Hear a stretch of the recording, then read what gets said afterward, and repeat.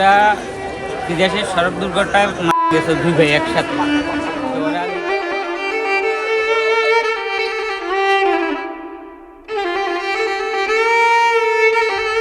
তো ওরা নিজস্ব গাড়ি চালাইছে, সড়ক দুর্ঘটনায় মারা গেছে। এখন আমরা গ্রামবাসী সবাই তাদের দুঃখ প্রকাশ করতেছি এবং শোক পালন করতেছি।